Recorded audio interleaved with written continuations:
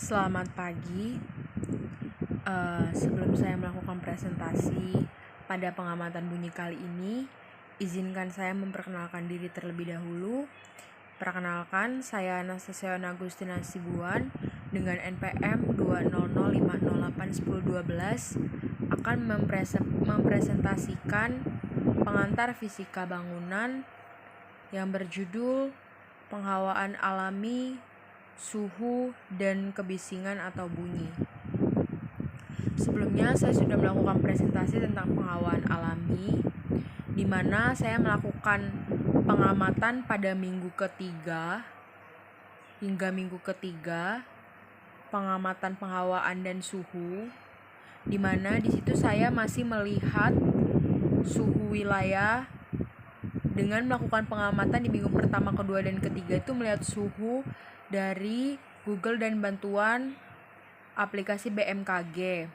Saya juga membuat tabel pakaian yang digunakan pada saat observasi hingga minggu ketiga. Di minggu keempat dan kelima, saya menambahkan pengamatan dengan melakukan observasi di minggu keempat dan kelima menggunakan alat bantu ukur air raksa, di mana di minggu keempat terjadi suhu dengan cuaca yang cukup terik dengan suhu 31 derajat di siang hari. Begini suhunya di ruang tamu 30 derajat, di kamar tidur 31 derajat, ruang makan 30 derajat, ruang keluarga 30 derajat, dan dapur 30 derajat. Di sini ada beberapa dokumentasi pengukuran suhu ruang. Ada ruang tamu, dapur, ruang kamar tidur, ruang keluarga, dan ruang makan. Tidak terlihat begitu banyak perbedaan di setiap ruangan dikarenakan cuaca juga sedang terik. Dan juga saya melakukan observasi pakaian yang digunakan untuk keluarga saya yang ada di rumah, di mana terdiri dari anggota keluarga ada ibu, abang saya, dan juga saya sendiri, di mana ibu menggunakan pakaian baju ringan lengan pendek dengan CLO 0,09 atau penahan panasnya 0,039.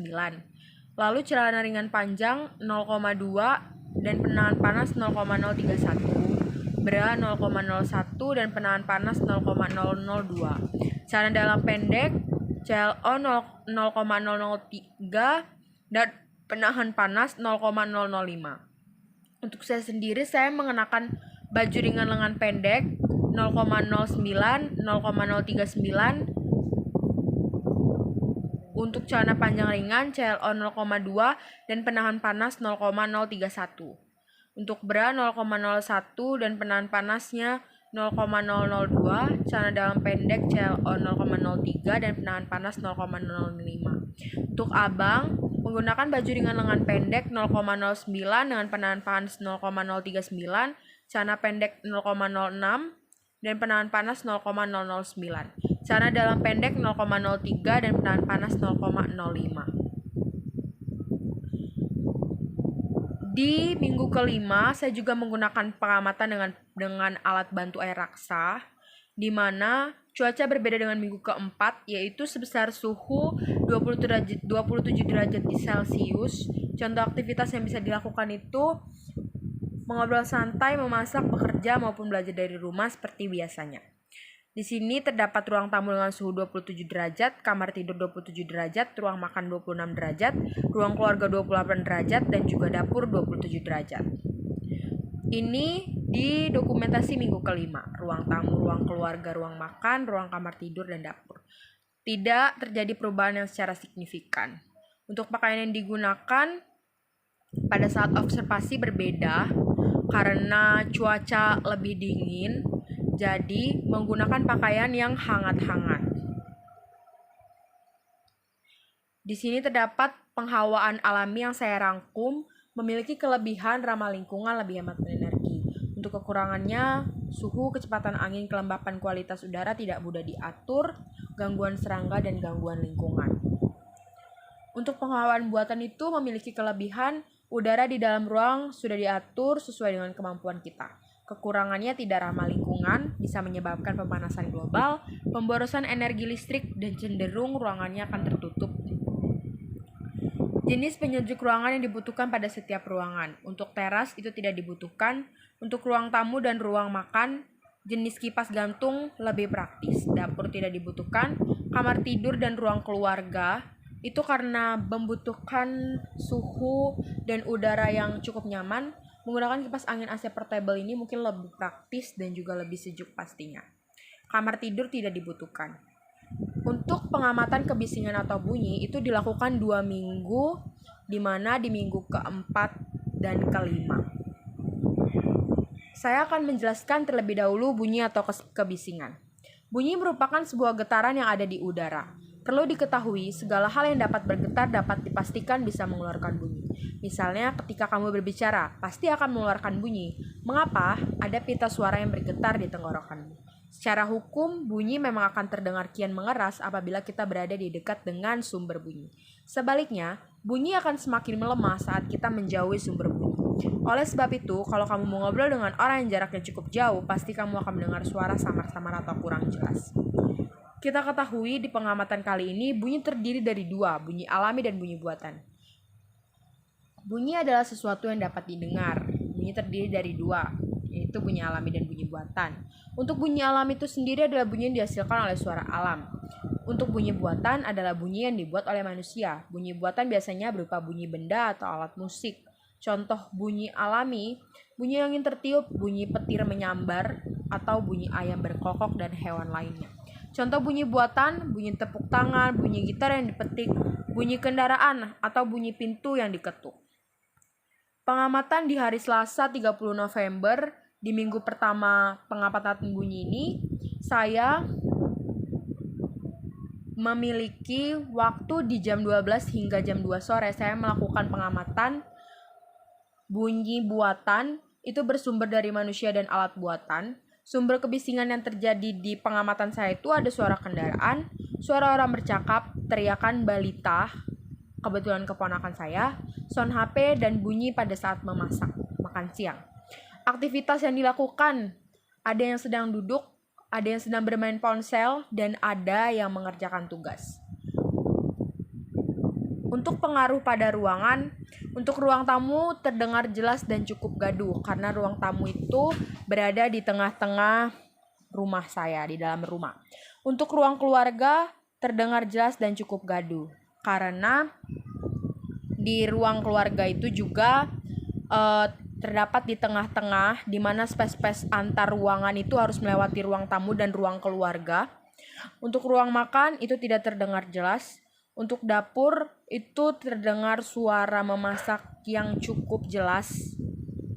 Untuk kamar tidur, karena itu di waktu jam tidur siang, tidak terdengar jelas karena pintu ditutup dan ruangan kamar tidur itu memiliki ruang kedap suara. Untuk bunyi dan kebisingan alami, di jam 12 hingga jam 14 itu terdapat suara ayam di siang hari, kicauan burung serta angsa. Jadi di depan rumah saya itu ada kayak taman dan dia punya angsa. Kalau untuk suara ayam itu di depan itu juga kayak emang banyak melihara hewan gitu, hewan seperti angsa, terus ayam. Jadi terdengar cukup jelas ke rumah saya. Aktivitas yang dilakukan itu duduk bermain ponsel dan mengerjakan tugas. Pengaruhnya pada ruang tamu itu terdengar cukup jelas bunyi alami ini. Untuk ruang keluarga itu tidak terdengar jelas karena ruang tamu itu berada di depan, sangat depan dari ruang-ruangan lainnya, jadi terdengar cukup jelas. Untuk ruang makan tidak terdengar, dapur tidak terdengar jelas. Untuk kamar tidur di jam segini melakukan aktivitas tidur siang dan tidak terdengar jelas karena pintu ditutup dan kedap suara setiap ruangannya. Untuk pengamatan bunyi hari Selasa 7 Desember 2021 pukul 12 hingga 2 sore, bunyi buatan. Sumber kebisingan itu tidak jauh berbeda dari pengamatan saya di minggu pertama. Terdapat suara kendaraan, suara orang bercakap, teriakan balita, ponakan saya, dan juga sound HP. Aktivitas yang dilakukan, duduk bermain ponsel mengerjakan tugas di ruang tamu. Tanggapannya itu terdengar jelas dan cukup gaduh. Untuk ruang keluarga mengobrol santai, tanggapan terdengar cukup jelas dan gaduh. Ruang makan tidak terdengar jelas, dapur juga tidak terdengar jelas. Untuk kamar tidur terdapat orang yang sedang tidur siang, tidak terdengar jelas karena pintu ditutup dan kedap suara pada setiap ruangan kamar tidur. Untuk jenis bunyi pengamatan di minggu kedua, bunyi alami. Di jam yang sama, saya mendengar sumber kebisingan dari suara ayam, kicauan burung, serta angsa. Tidak jauh berbeda dari pengamatan minggu pertama. Aktivitas yang dilakukan di ruang tamu, duduk bermain ponsel mengerjakan tugas. Tanggapannya terdengar jelas dan cukup gaduh. Untuk ruang keluarga, masih mengobrol santai, tidak terdengar jelas. Ruang makan tidak terdengar jelas, dapur tidak terdengar jelas. Kamar tidur, seseorang sedang tidur siang, tapi tidak terdengar jelas suaranya karena pintu ditutup dan kedap suara. Kesimpulan yang saya ambil dari pengamatan bunyi kali ini adalah saya merangkum menjadi satu. Pengamatan pada penghawaan suhu dan bunyi ini sangatlah berkesinambungan satu sama lain. Karena kan kita bisa melihat apa yang kurang dan apa yang lebih pada suatu ruangan dalam rumah yang kita tinggali. Membuat kita merasa nyaman untuk mengatur apa yang seharusnya diatur dalam suatu ruangan, seperti bukaan, alat penyejuk, dan kebisingan bunyi di sekitar.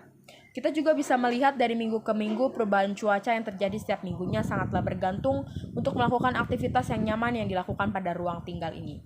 Jadi, dimana kalau kita melakukan pengamatan cuaca, pasti suhu itu kan berkesinambungan dengan penghawaan yang terjadi yang kita lakukan. Jadi kan kita juga melakukan aktivitas itu harus dengan suasana yang nyaman.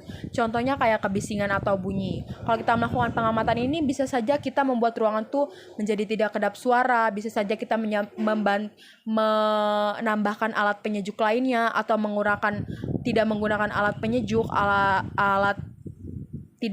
alat penyejuk. Gunanya dari pengamatan ini itu salah satunya. Jadi kita bisa mengatur porsi dari kenyamanan aktivitas yang akan kita lakukan sesuai dengan kenyamanan yang kita butuhkan. Sekian presentasi tentang bunyi yang dilakukan, pengamatan yang dilakukan 2 minggu. Lebih kurangnya saya mohon maaf. Terima kasih.